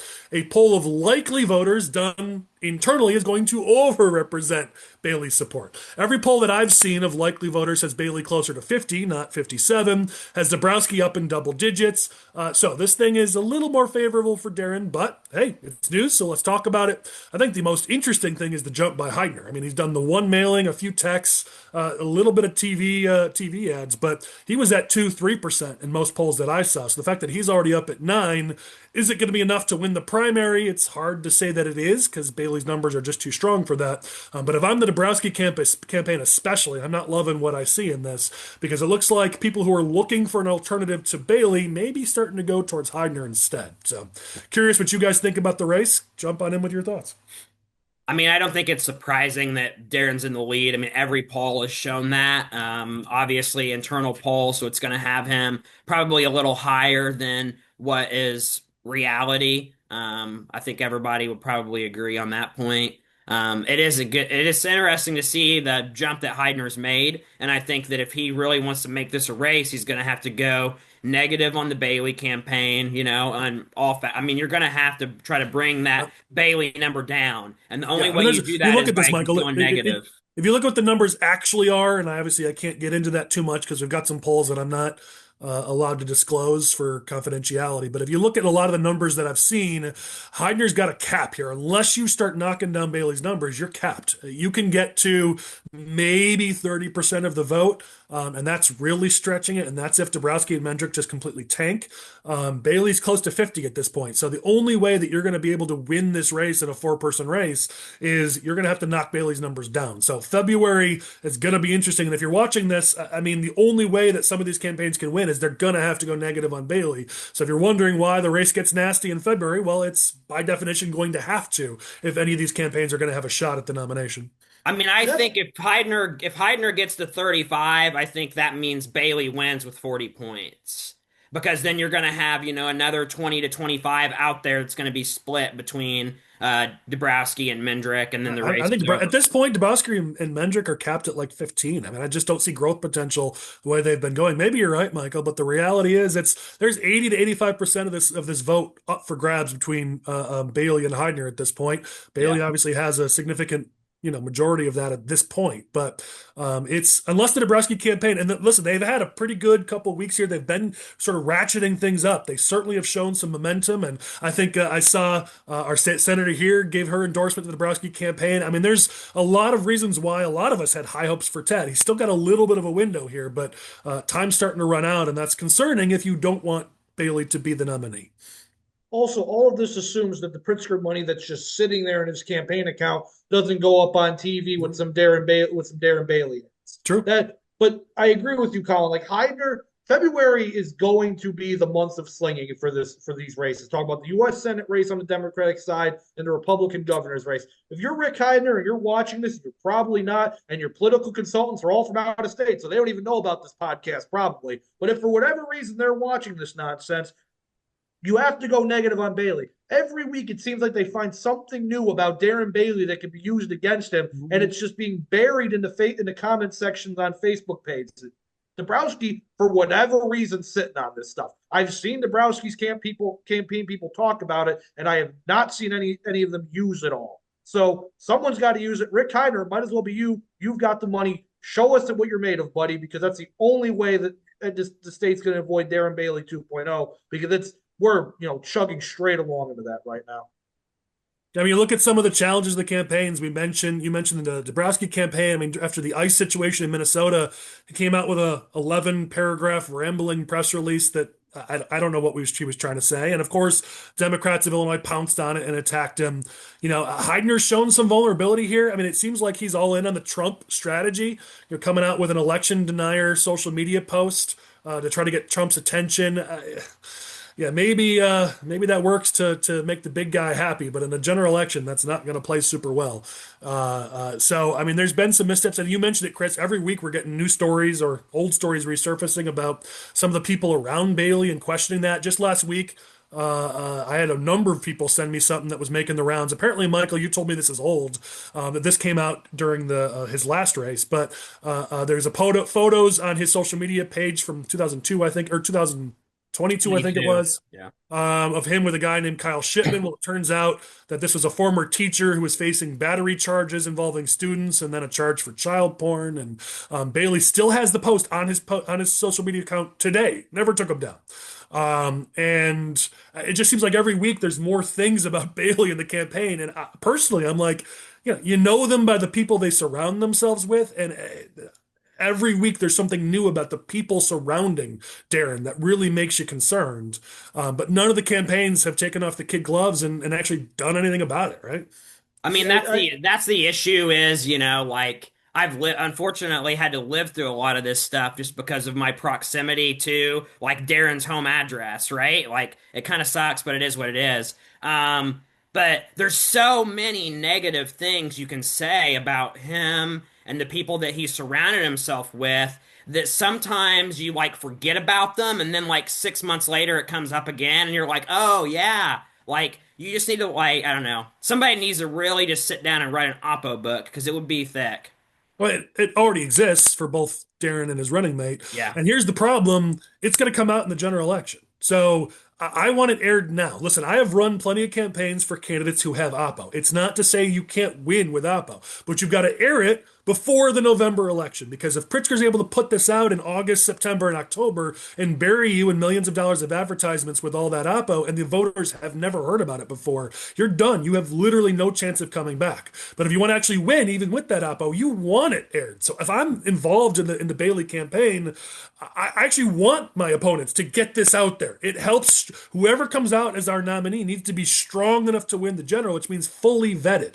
And so we need these campaigns to actually vet each other. Let's vet Heidner's positives and Heidner's negatives. Let's vet Dabrowski's positives and negatives, Bailey's positives and negatives, and maybe even Mendrick if he wants to run a campaign. Like, let's vet these guys, because whoever's our nominee is going to be our standard bearer in the fall. And if they're not ready for that, then down ticket, we're going to be screwed. Let's say Brad pulls off his primary and he's our candidate against Mike Halpin. That district's in play unless we've got a nominee who's so bad that they're going to cost us 5, 6, 7 points right off the top, and then we're screwed and we've got no shot to take out Turner, to take out Halpin, to actually pick up some seats down in Springfield. Now we're just back to playing defense again. So you got to want these candidates to be vetted now instead of being vetted in August. One final point in all of this. I agree with you 100%, Collin. I think Heidner's campaign team is overcompensating. I think they're going way, way, way too conservative with their social media posts, and they're being lazy about it. They literally are copy and pasting tweets from other people talking about this election denier stuff or stuff about Pritzker. It's like, come on, be creative, guys. I understand simplicity. I get it. That all Heidner has to do is just go out there and say he's a Trump Republican enough, he can win this primary. I get that, but sometimes you overcompensate, and now you're trying to get Trump's attention. Look, guys, I know you want Trump's attention. You think you need it to win this race, but you're overcompensating, and it's going to cost you in the general election if we get that far. Okay. Yeah, and I think we all agree we need the strongest possible nominee at the top of the ticket, because we're already facing headwinds. And if we want to have a situation where we've got, a sitting state senator, a candidate for the state senate, we've got four, well, now three, since thankfully Curran didn't pull an opponent, but we've got three super difficult Senate seats we've got to hold, and then two more we want to pick up. And the top of the ticket's going to have an outsized influence on all of those races. So we got to have the strongest possible nominee. Whether they can beat Pritzker or not, the rest of the Republican Party in the state is counting on it. All right, let's go to mentioning Brad Beekman. Let's talk about his Senate district. So as a reminder, for those who are watching this, we're allowing Republican candidates to join us roughly one a week. We're prioritizing those who have primaries before March 17th. And then after the 17th, we'll have the rest on. We previously had the other candidate who's been in this race for a while in Brad's race. Patrick Harlan, he was on back in March of 2025, so he's already had a chance to join us, and we were grateful that he did so. Now we've got Brad joining us to talk about the race. So, Brad, tell us why we should care about Senate District 36 and why you think you're the right Republican to win us that seat. All right. Well, thank you, Collin, and to all the panelists. It's an honor to be here. So, and I'm not just saying this because it's your podcast, but I actually agree with everything we've talked about today. So, and some I'd like to weigh in on, but for the sake of time. And the one thing you said, we just wrapped up policy and we're going to move on to politics. That's one thing I've learned is that a new politician is there is a clear difference. And one you can study and learn and read up on and research, and the other one you just have to experience. So that's what I'm doing right now. Ever since in the summer, I announced my candidacy. I've been experiencing it and learning it. So it's been enjoyable. Here in District 36, as you said, I do have a primary opponent, Patrick Harlan. At this point on the campaign trail, I think I see him more than I see my family. So yeah, him and I share a lot of the same values, a lot of the same topics we talked about with law enforcement, things like that. But when I was trying to make the decision whether I was going to enter the race or not, I asked myself, is like, why would I do this? What do I have that I could even bring to the table? Like, what would set me apart? And I think the one word I landed on was leadership. With my experience with the state police, I had 28 years in law enforcement. I graduated from Western. I spent time with my hometown police department as the chief of police. It was a one-man department, but it was me. Chief of police there, moved on, worked at the university for a while, but 24 years in law enforcement, moved up to the rank of master sergeant, supervised patrol platoons, investigative platoons. I was on the governor's executive protection detail for all 4 years of Rauner's term. I was a detail leader in charge of the governor's mansion, the Illinois Capitol building, his private residence, wherever he was sleeping, things like that. We also took care of visiting dignitaries, people who would fly into Chicago. Our team would pick them up and take care of them for the week. So I supervised that team. Also did a stint in the Firearm Services Bureau, concealed carry licensing. I was there for 6 months as the assistant bureau chief. Was in charge of the analysts, performed background investigations, the call center, and part of my job was to review laws and policy that was being introduced that would affect concealed carry and our FOID law. So I learned a lot about the process there. Honestly, while I was in Springfield, we sold our house. We moved to Springfield. I was down there for 5 years. I was on Governor Pritzker's detail for about 8 months until I could get transferred back to patrol. But at that time, when I was working around the Capitol building, the governor's mansion, it was the closest I'd ever been to politics. My family was not a political family, but I was there and I learned a lot, and I really enjoyed the experience. So leadership, I look at my professional experience and my personal experience with law enforcement, and that's one of the three things that I'm running on: law enforcement, and then the other one's education. So I come from a family of teachers. My wife is a school teacher over 20 years. My daughter is a school teacher. My sister-in-law and mother-in-law retired, all school teachers. And so for years, I've always been able to hear and experience the classroom side of education. And now I'm an elected member of the Bushnell Prairie City School Board, and I get to see the financial side and some of the administrative side of the school board. So I've become well-rounded in education. That's another pillar of my campaign that I'm running on. And then the third one is I serve on our church board with my local church. We own a coffee shop. I sit on the advisory committee for the coffee shop, and I've been learning about the effects of politics and policy on small businesses. $15 hour minimum wage, some of the other unfunded mandates that we see on small businesses. So that's part of the third pillar of my campaign is advocate for small businesses. Add to that is agriculture. So when I retired in 2023, I bought a small farm right here that my wife and I live on here in McDonough County, and I farm that myself. I got my CDL, I drive, I help local farmers, and it gives me a seat at the table. It gives me just enough information where I can have a conversation about input costs and government programs. And then the one that comes up a lot on the campaign trail is the carbon pipeline. So there again, I can read up on it, I can research it. I'm sure Sue could probably help me understand that more, but it is a hot topic. It comes up often once I start talking about my interest in agriculture. So. Well, let's talk just quickly about the district and about your opponent in the general election, Mike Halpin, because there's a reason why this is one of the two races that Senate Republicans have in their sights. Trump only lost it by 5. Bailey only lost it by 3. I know Chris hates it when I bring up the progressive tax, but the progressive tax was defeated by 13 points in that district. You know, Halpin won his last race by 9, but it wasn't that serious of a race back in 2022. And when we look at this district, it's one of the few where the trend line's actually in our favor, because in 2016 and 2018, it was actually D7 to D8. And then in 2020 to 2022, it actually came closer to Republicans. It was only more like D2, D3. Right now, we're projecting it's going to be D4 to D5 in this next election. So we're still saying we're starting behind, especially against an incumbent like Halpin.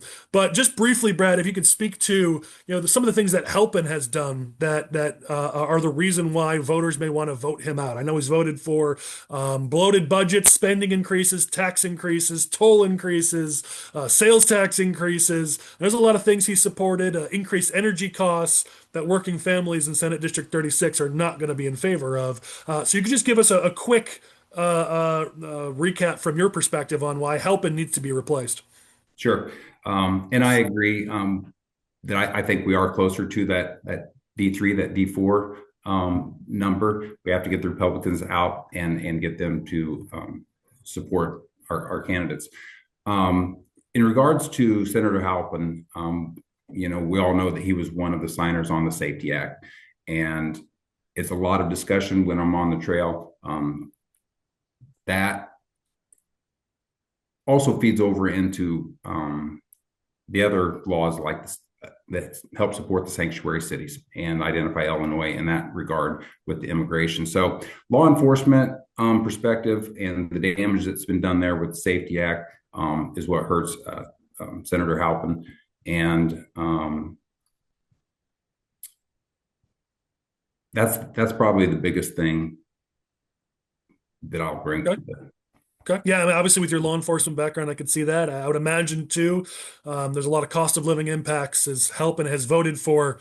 Democrats like to see, Sue sees this all the time. Democrats like to talk about affordability and then vote to raise a whole bunch of taxes and fees and everything else. So I'm sure there's a lot there too on Halpin of raising the cost of living for the working families in your district.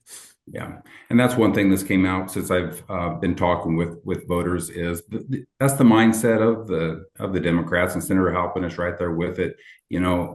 Is what they care about is just generating that revenue, even though it's at the expense of the taxpayers. As long as they can generate that revenue, and then, in my opinion, wastefully spend it, it's the revenue. They don't care where it comes from, and there again, the carbon pipeline, or I talked to the Soybean Growers Association, those organizations, their policies that are being passed with the Democrats don't help those people. It just generates revenue that is then wasted and then pushed back on the taxpayers. So, yeah. All right. Well, we appreciate you being with us. And where can people go to learn more about you? What's your website? Right. BeekmanForSenate.com will be my website, Facebook page, Brad Beekman for State Senate. And I appreciate the support. Please get on there and read up. I think my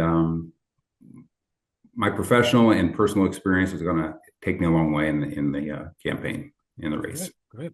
Let's get to our last couple topics, then we'll wrap this episode up. So in the last week, I have to credit who put this out. Capital Facts was the first to break this.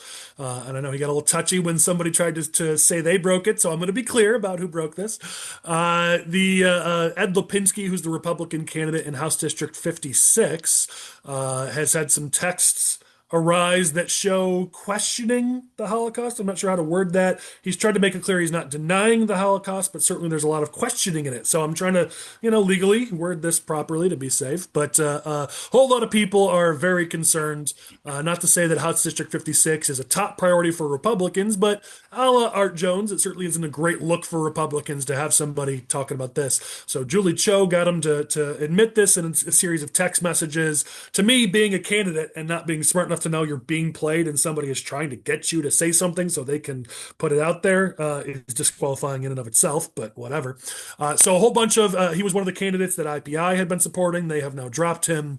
The Republican Party and some other organizations and leaders have called for him to step down and step out.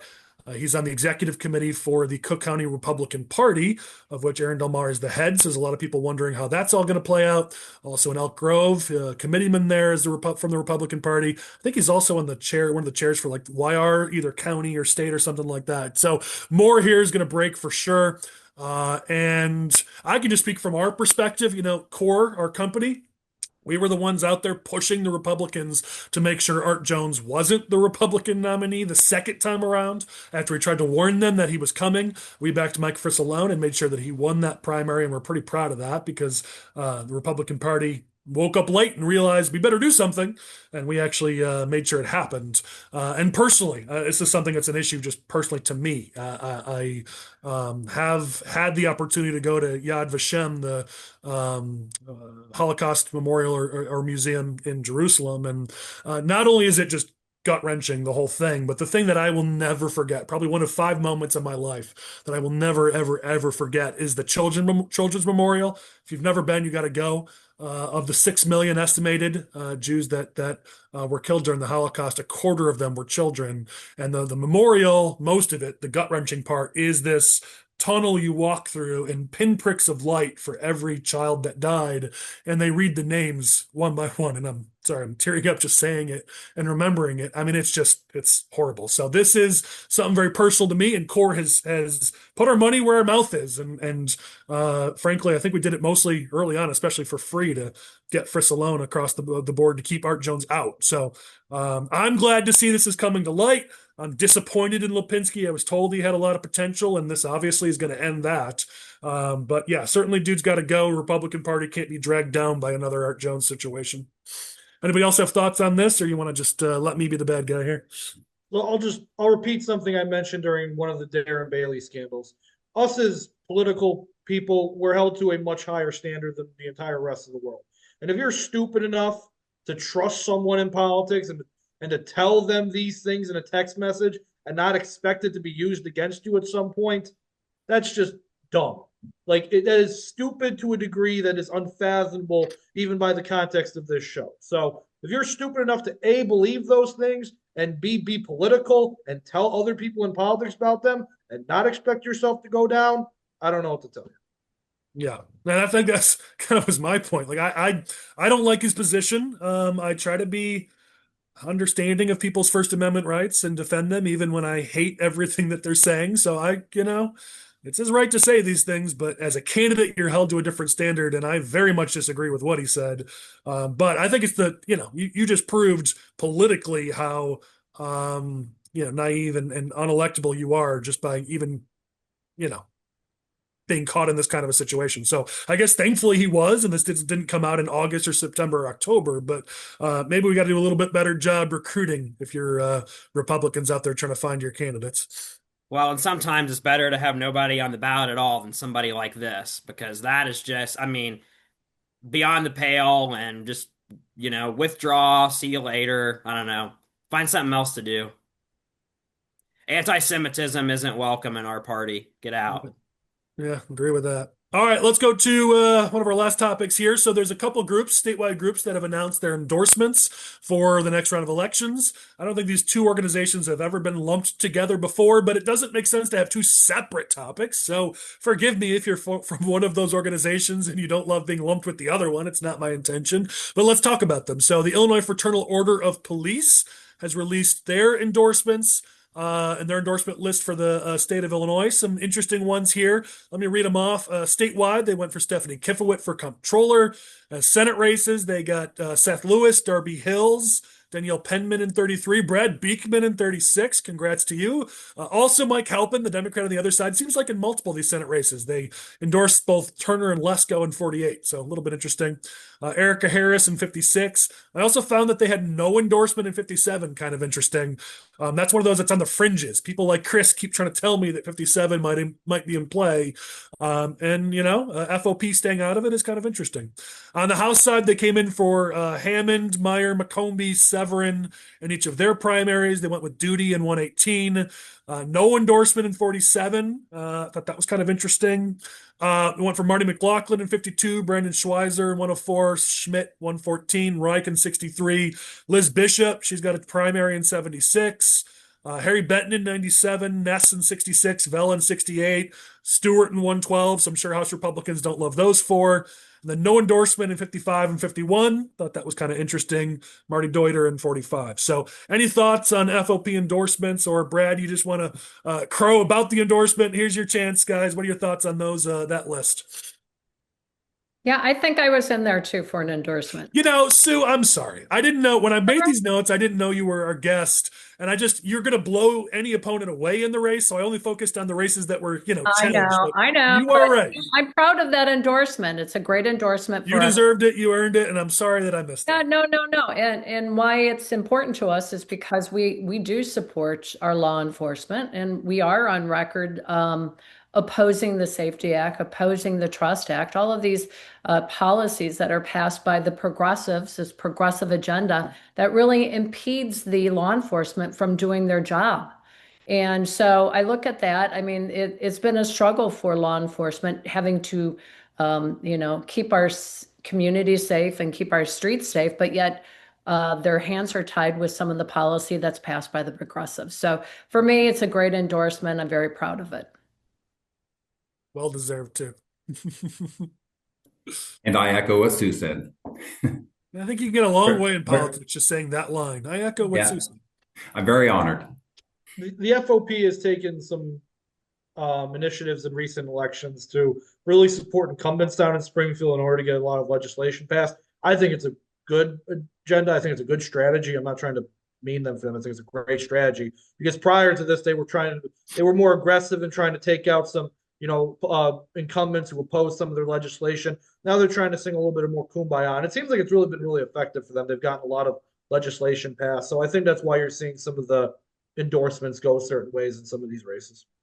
Appreciate the background. The other organization I mentioned is Illinois Family Action. They're the political arm of Illinois Family Institute. They've announced their endorsements. There's some here that stood out to me that I'll bring up. So for governor, they went with Dabrowski. In 36 in your race, they endorsed your opponent, Patrick Harlan. Paul Jacobs in 59. They went for Crystal Lofgren in 76, which is interesting. They went against Charlie Meyer and Dave Severin in 109 and 116, endorsing Zachary Meyer, forgive me if I said that wrong, Angela Evans. Then with Harold Visser in 118. So you're seeing a little bit of a different flavor here from IFA. Federal side, they went with Don Tracy for Senate, Nikki Conforti in aisle 6, Mark Rice in aisle 8, Michael Pierce in the 11th, Jeff Wilson in the 13th.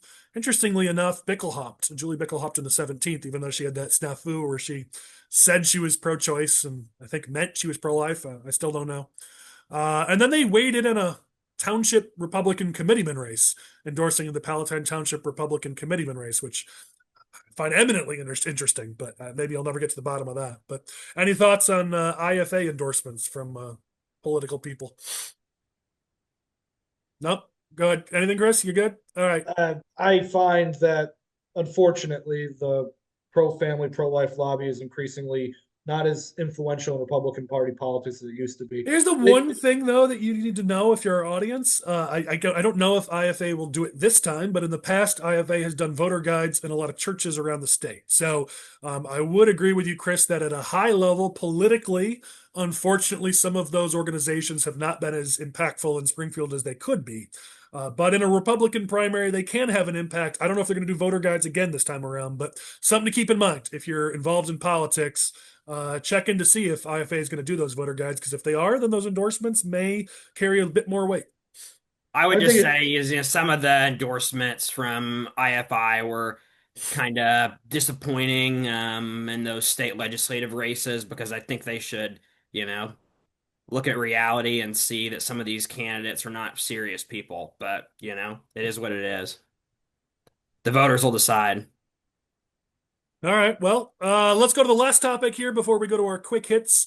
This is one we don't have to spend a ton of time on, but we've been warning you as our audience that some of our numbers, Republican numbers and Trump's numbers, have been slipping with the economy and immigration and cost of living and affordability. And it's starting to show up in the polls. It's starting to show up in off-cycle elections.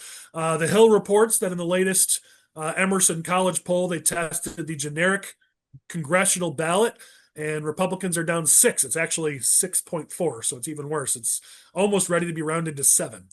So when we keep warning you, Republicans at the national level especially, but even at the local and state level, that we need to get our act together, there's a reason why we keep warning you. We were given the reins of government federally because voters wanted us to fix the economy, fix cost of living, and make life more affordable. And so far, they don't believe that we've done it. Now, I know many people believe that Republicans have done some good things, but if the voters don't believe it, doesn't matter what the facts are. It matters what voters believe when they go to the ballot box. So if you think that you've done good things for the economy and for cost of living, which, by the way, you have, then maybe do something to actually let voters know about it, because we're getting closer and closer to November, and these numbers signify a blue wave, if not blue tsunami. So we got to get our act together because we don't have a lot of time here to change things if Republicans want to have a good November. All right, with that, we'll go to our news you can use. So we go through this section pretty quickly. It's really just to let you guys, our audience, know of things you may have missed things you should be talking about. So to our panel, as we go through these, if you've got thoughts, jump in quickly as we go. You're welcome to share your thoughts, but I'm going to move pretty fast, and I talk pretty fast, so this won't take too long. Let's talk about, we're in bad bills season because Springfield's back in session, so we got some bad bills to talk about. This was brought up by one of our guests last week, and I had missed it, so we're going to talk about it this week. House Bill 4489. It's by DuPage County Democrat Ann Stava, formerly Ann Stava Murray, which will require separate bathrooms at construction job sites for men and for women. I'm sorry, for individuals who menstruate. Not women. It's for individuals who menstruate. These separate bathrooms will be required. I always thought that these porta potties and bathrooms were non-gender specific, but apparently now they're going to have to be gender specific if this bill passes and this Democrat from DuPage County has her way. If you look further in the legislation, and also you have to make accommodations for workers who are breastfeeding, which on its face sounds good if you've got construction workers who are breastfeeding. I know, as my wife had to deal with this while she was breastfeeding our boy. Accommodations make sense, but then you look at what the accommodations are, you maybe start to question some of it. A separate space that isn't a bathroom, that's private and lockable for them to express their breast milk. A refrigerated, hygienic, convenient space for the milk to be stored. Just a lot in here where it's like, okay, that's a lot to require these construction companies to provide. And also, by the way, the bathrooms have to have a sufficient amount or supply of menstrual hygiene products that are available at no cost to the workers. So, kind of bill we expect to see out of Ann Stava or Ann Stava Murray. I don't know. If anybody has thoughts, go ahead. I would just say this coming from the same people that worked so hard to pass gender neutral bathrooms several years ago. House bill from, we just wait till they come to the Senate, but a lot of them are good for us to talk about when we're on the campaign trail, and this is a good one. Well, we want to talk about how extreme the left is in this state. That's why we bring these bills up, because you got to point to how extreme our opponents are. Because, yeah, we're fighting each other now in the primary, but the reality is the real fight is with Democrats in the state, and they are so far left of the everyday voters in the state. The problem is the everyday voters in the state aren't aware of it. You connect those two dots, and suddenly Republicans will actually start to win again. Let's go to the next one here. Chris's favorite bill from last year has made a comeback. It's now Senate Bill 2501. 3 Chicago Democrats have filed this, who claim that it's 80 degrees is too warm and 60 degrees is too cold to work. Damn right. Requiring businesses to provide all sorts of things like warming stations and protective equipment and rest breaks when and it's what's funny is when you look at the news coverage of this, the news coverage says when it's colder than 32 or warmer than 90. And if that was the case, by the way, I would actually be seriously looking at this bill as one that I would support. But the reality is how the bill is actually written is those restrictions start kicking in not at 90 degrees. They even mentioned 78 degrees in the intro, but it's at 80 degrees that they say it's way too warm. It's at 60 degrees where restrictions start coming in as being too cold. So if it was 90 and 32, I think all of us would say, okay, yeah, maybe we should take care of our workers at those extreme temperatures.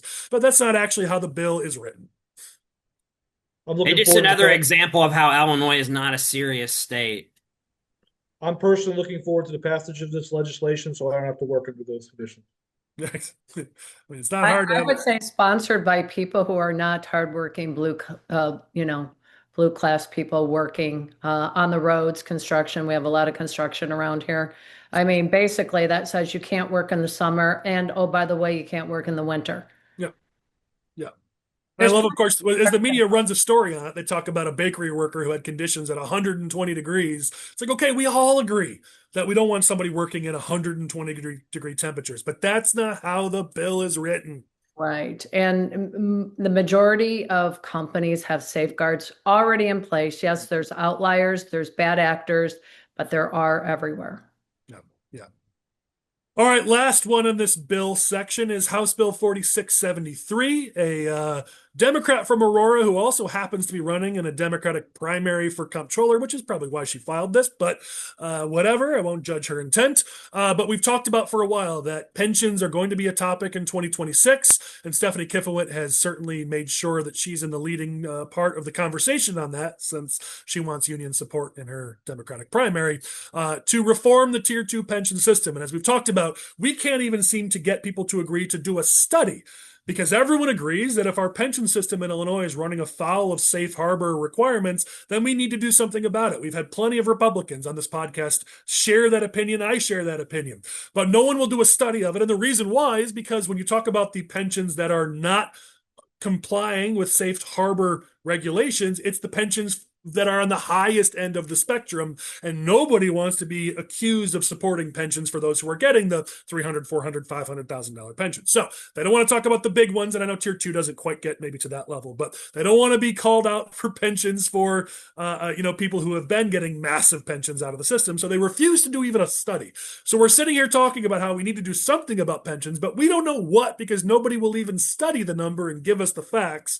And here's Stephanie Kifowit comes in and says, well, here you go. Here's a Christmas tree. Let's just take our pension system and make it vastly more underfunded because I want to win an election. All right, moving on. So we've talked about this a few times, but you all heard the doom and gloom, the sky is falling, that if the additional ACA subsidies that were put in place temporarily during COVID were allowed to expire, because of those big bad Republicans, then millions and millions and millions of people were going to lose their health care. Well, now those subsidies have expired, and so we have actual numbers of how many people have lost their health care. And let me be clear, I don't want a single person to lose their health care. So that is not the point of this topic. The point of this topic is, could we please actually use facts instead of hyperbole? Because the reality is, when you look at Obamacare enrollment, it's dropped just 2 to 3%. And here's the key: among current enrollees. I had to go down the rabbit hole today to figure this out, because something I didn't realize. When they report Obamacare numbers, the first part of those numbers are the people who are currently on Obamacare, how many of those have re-upped for the next year. And then the rest of that number is how many new people signed up. And so when they use the total number, they're using the number of people who stayed and the number of people who have newly applied, I guess is the best way to word it. Why is that important? Well, when they compare 2023 numbers to 24 numbers to 25, they're not comparing those who are currently on Obamacare to those who are no longer on Obamacare. They're comparing the total number, and that's inaccurate and that's unfair. If you just look at those who are currently on Obamacare and you see how many people have dropped off, as we've seen now, that number is 2 to 3%. In Colorado, it was 2%. In what's this other state that I've got here that says 3%? I'm struggling to do this fast and also come up with that state. I'll try to find it quickly. But anyways, the states that I've seen, it's 2 to 3%. That's the reality, is those who are currently on Obamacare, just 2 to 3% have said, you know what, I can get something elsewhere that's less expensive. It doesn't mean they no longer have health insurance. It just means they've found that elsewhere and they've pulled off of Obamacare. So those people who told us that millions and millions and millions would lose their health coverage. Okay, can we start looking at facts? Because the reality is, healthcare, health insurance is too expensive. We all agree on that. So instead of this side screaming about stuff that's not real and this side screaming about stuff that's not real, can we just be adults, get the data, get the facts, and do something about it? Because all this blabber and talk and screaming and just trying to get political benefit, the reality is working families are struggling mightily to afford their healthcare coverage and their health insurance. And we maybe should do something about that, instead of constantly just trying to speak the most crazy number we can find so we can get some social media likes. Yeah, I would say that this definitely is an issue, and regardless whether you have your own insurance or not. High deductibles, the insurance cost is going up. Families are being squeezed. They're very concerned about the cost of insurance. I've been working on actually a healthcare tech company for 14 months to help partially solve this problem, because I've always seen it as a pain point. There's only so much money in the budget, and it seems like every year it's like just dispersed differently. And we're in the same situation every year. It's very frustrating. So again, blue collar, hardworking people, truck drivers, gig workers, they don't have access. Small business owners can't afford health care. So they are left out of this equation, not to mention now the families that have seen their health insurance only increase with less benefits. So I agree with you, regardless of what party you're from, this needs to be solved in the next year or so. Yeah, we got to do something about it. I'm heartened to see that Republicans in DC are trying to put something together. I'm nervous that they're not actually going to get it to the finish line, but we got to do something here, because real people, working families, small businesses, and others are really, really hurting here. It's a major pain point. All right, let's go to the next one here. So Michael brought this to my attention. I've had to clarify because some people were saying that 23% of all abortions, period, were happening in Illinois. It turns out it's 23% of all abortions in the country for patients that travel to another state. But still, 1/4 of all abortions for people who travel to another state are performed here in Illinois. And I've talked to a number of people who are pro-choice, pro-life, and everything in between. And where we could all agree is that we probably shouldn't be paying for people for other states to get abortions. I know Pritzker just this week launched the Prairie State Access Fund to make sure that anybody can have access who would like it to reproductive health care. What he's not saying is the focus there is, again, anybody, but especially anybody from outside Illinois who'd like to come here. We've become the abortion capital of not just the Midwest, but of, in many cases, the country. And by itself, some people may say that may or may not be a good thing. But the part that it's like, you know what? I don't think Illinois taxpayers should be paying for people outside of the state. I think people like Michael would say Illinois taxpayers shouldn't be paying for any abortions, and I respect that position. But I think we can all agree that we shouldn't be paying for out-of-state residents to come here and get an abortion. That's really not our problem. We've got enough problems in Illinois to deal with. And there's lots of people in Illinois who really need more support before we start taking care of other states' residents. See, that's not negotiable for the Democratic Party. You have to go as far to the left as possible on abortion, or you won't get the Democratic Party's support. You know, I said Michael on this, but actually, I think Chris, you might be even more conservative than Michael on this topic. Listen, could you imagine? I think Sue might appreciate this. Could you imagine if a Democratic state senator got up on the floor and says, "I don't think we should pay for out-of-state abortions"? They would be primaried. There would be $1 million in Pat Brady PAC funding put against them. They would be a persona non grata in Springfield. They would be treated like a leper because, make no mistake, the most powerful lobby in the Democratic Party, other than the millionaire class and the billionaire class, is big baby killing. I've been saying it for a long time. I approached that topic wrong. I apologize to you, Michael. I forgot Chris was the more conservative one on this one. All right, let me move us along here. Hey, another topic that shows just how screwed the suburbs are in our politics, because nobody seems to care about the suburbs. Suburban office vacancy sets another record in 2025.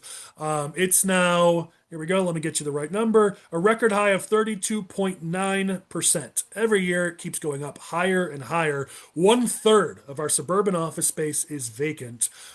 Turns out, looks like over the last couple of years, retail vacancy in Chicago is starting to come down. Commercial vacancy looks like it might be stabilizing a little bit in Chicago. And I know that gets a lot of press because everyone cares about Chicago, but the reality is in the suburbs, just add it to the list of things where we keep getting screwed on.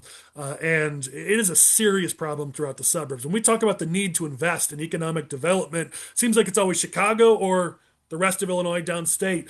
I would love to see a lot more focus on the suburbs because we're really struggling in the suburbs right now. All right, almost done here. Let's talk more about Chicago since I brought it up.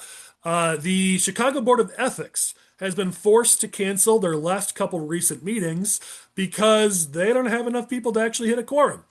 Brandon Johnson has been slow rolling, actually putting people on the Chicago Board of Ethics, and it's now been more than 6 months since they've had a permanent leader for the committee.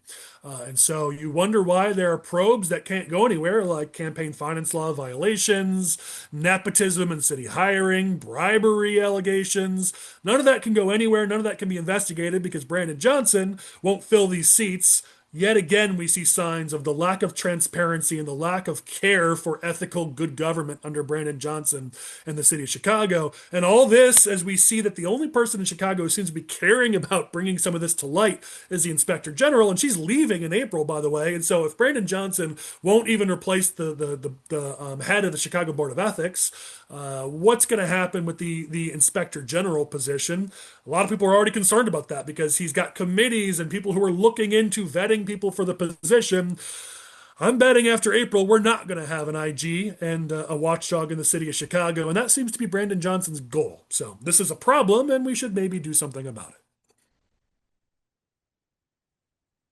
All right, last thing here. Chris, I'm curious if you agree with me on this or disagree with me on this, but I saw Brandon Johnson come out after Chicago and Illinois made a bid for the 2028 and 2032 Democratic National Conventions, and Johnson came out and threw cold water on it, saying, well, Trump's still going to be in the White House, and he's not going to work with us, so it's going to be a disaster, so we can't do it.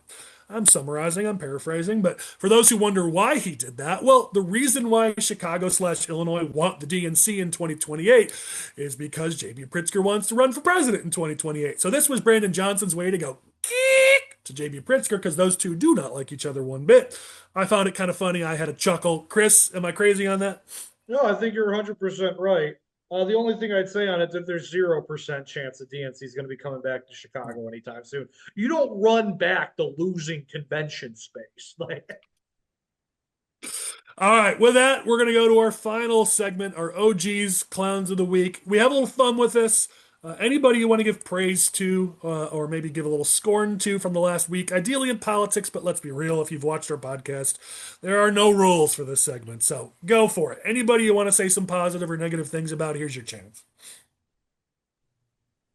I would just say something that no one's talking about is that the state of Illinois decoupled from the federal government. So when at the federal government, they're talking about no tax on tips and overtime.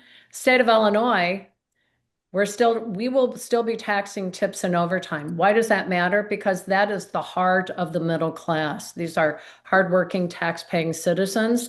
And in the state of Illinois, you are going to be paying tax, unfortunately. And the Republicans have an opportunity to talk about the affordability crisis in the state of Illinois, but it just seems like people aren't paying attention yet. Yeah, I mean, the Working Families Tax Cut Act, or One Big Beautiful Bill, not only gave for no tax on tips or overtime, there were benefits for American manufacturers, small to mid-sized family manufacturers. And for all of that, Pritzker, the Democrats said, no, we want that money. So yet again, Democrats saying they're for affordability, saying they're for working families, saying they support our small businesses and manufacturers, but their actions do something completely different. So Sue, I'm really glad you brought that up. I gotta go ahead, Chris. Sorry. My OG of the week is Senator Willie Preston. I love Senator Willie Preston. Everything this guy does is outrageous. His ads are awesome. I'll give him that. They're tremendous. He's a great guy. So this week in the second congressional district race, Senator Robert Peters is also running, and he's trying to get his opponents to say, "Hey, do you also support defunding ICE?" Well, Senator Willie Preston, he didn't like that one bit. So he released a statement to the media where he said that, I want to get this 100% correct. He said, right now, Peters is performing for Vermont socialists and his wealthy North Side base, not for anyone on the South Side or the Southland. And then he went on to say that Senator Preston held an emergency rally with South Side community leaders when ICE raids began here, while again, Peters awaited for his orders from Logan Square and the North Shore. What an absolutely incredible statement. Who's ever writing Willie Preston's press releases is a genius. I am fully behind the energy of this campaign. Willie Preston, you are the OG of the week. What else you guys got? Michael, I know this is down by you, so I don't want to put you on the spot, but I know we lost Cindy McDonald over the last week, right? So yeah, definitely an OG, longtime precinct committee person. She had run for circuit clerk in St. Clair County, very high vote getter when she was on the ballot. She passed away on Sunday, and she'll be missed. She was a big asset to a lot of campaigns. Had a chance to interact with her a number of times over the years, so certainly I'll miss her for sure. Yeah, no doubt. All right, that was my OG, so I gave it to you, Michael, just to help you out. I got a couple clowns, but not many, so I can do this fast. But for the second time in just the last few months, the Wheeling Township Republican office has been vandalized, this time with swastikas and obscenities and messages mocking Charlie Kirk. Second time it's happened, as I said, in the last few months. Absolute clown of the month, clown of the year for people for doing this.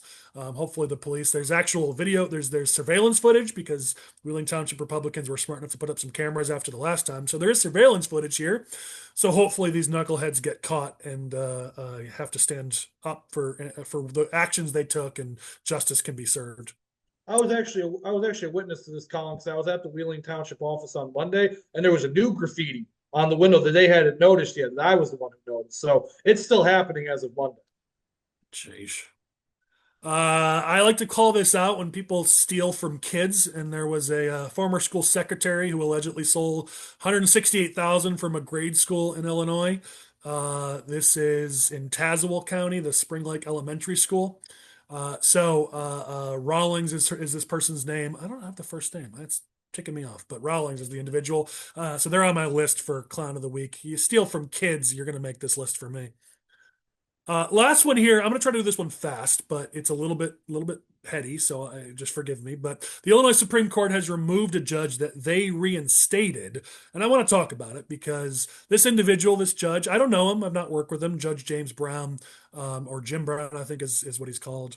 And he made a post that I disagreed with most of what he posted about. But this was an individual who's a judge for almost 2 decades, retired, and then while he was retired, made a post on John Cass's website where he took a bunch of conservative positions. Again, I don't necessarily agree with all of his positions, but he was a private citizen. He was retired from the bench.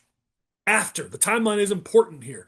Several weeks after that post went out, the Supreme Court put out a notice that in Cook County they needed they needed judges to fill out the remainder of 2026 because their caseload was so high and they didn't have enough judges. So this individual has a solid track record of being recommended by a whole bunch of trial lawyers, or not trial lawyers, sorry, what are they called? Forgive me, I'm blanking here. But the lawyer associations, whatever the heck they're called, I'm blanking. But he's Bar got associations. there you go. Bar associations. He's gotten really high ratings over the years, so the Illinois Supreme Court put him in. And then several activist groups, including the Chicago Council of Lawyers, which is basically an activist group pretending to be a bar association, came after him and attacked him at the Supreme Court level, and then they removed the guy. It just drives me crazy. Again, I don't agree with what the dude said, but if you believe in the First Amendment, he was a retired judge. He was not a candidate for judge at the time. There were no vacancies he was running for or was even aware of. He made one post on a website about things he believed in, and then after that, decided to put in for a vacancy that opened up and was given a shot to serve out just the remainder of the term. Meanwhile, on the Democratic side, you have candidates who actively run for the Supreme Court and the appellate court who give their positions on issues like abortion and other things, and that's okay. But here we have a private citizen, when he wasn't even putting in for an opening, giving his thoughts on issues from a conservative perspective, and oh no, the sky is falling, we've got to remove him from the judiciary. The double standard is ridiculous. I will always stand for your First Amendment rights, whether I agree with you or not, and this was a ridiculous situation where pressure was put on the Supreme Court, and they buckled, and I hate to see that. They should be the ones standing for First Amendment rights, and it was sick to see that even the Supreme Court in the state couldn't stand up and say, listen, we disagree with what he said, but he has a right to say it. No, they couldn't. They removed him from the bench, so Clown of the Week from me. All right, any final OGs and clowns before we close this bad boy down? Looks like everybody got their thoughts in. All right, so closing thoughts. We always try to let our guests go last if we can. So we'll let our team go first here with their closing thoughts. Chris, I think you went first last time, right? So it's Michael's turn to go first. Yeah, that's right. By the time you watch this, it'll be over. But tonight we have a candidate, the governor candidate for him in Mount Vernon. 3 out of the 4 candidates are going to be there. So excited to have them all in Southern Illinois, and the voters are going to get a chance to hear what they have to say and make an educated decision, which is what we're all about. So looking forward to it. Michael, we'll look forward to your report Next on what you week. think next week. Amen. All right, Chris, final thoughts. Usually, I like to declare throw hands November. I wasn't able to do that this year because I forgot about it because I don't have great memory. But I'm declaring throw hands February. It doesn't roll off the tongue as much. But if you are JB Pritzker's press team, and I know you're watching this, you watch this every week, you follow us all on Twitter. If you're watching this, go tell Juliana Stratton to start throwing some hands in the U.S. Senate race. If you're on Rick Heidner's team, I'm telling you, start throwing some hands in the governor's race. I want fire. I want mudslinging. I want people to get off their rear ends. We got 47 days to go. It's going to be 46 tomorrow when you're watching this. Let's get some things going because I'm sick and tired of like, oh, a new poll came out. Somebody launched their intro TV ad in the middle of January. No, let's start doing some stuff. Let's start hammering some points. Let's start hammering our opposition. This is politics, baby. I'm sick of it. Yeah, I mean, we always say, I mean, Illinois politics especially is not for the weak of heart or weak of whatever, and yet it's been pretty much a patty cake election cycle so far. So it's not felt like an Illinois election. A lot of people have talked about the snooziest election cycle that they've seen in a long time. Let's see what happens in February. But speaking of elections, we got Senate District 36 candidate Brad Beekman. I want to see some fire in that race too, Brad, and let's see how you do. But thanks for being here. Your final thoughts. Thank you. My final thoughts are thank you to each and every one of you guys. Just your interest in politics, your interest in the state of Illinois. Thank you to Sue for all the work she does.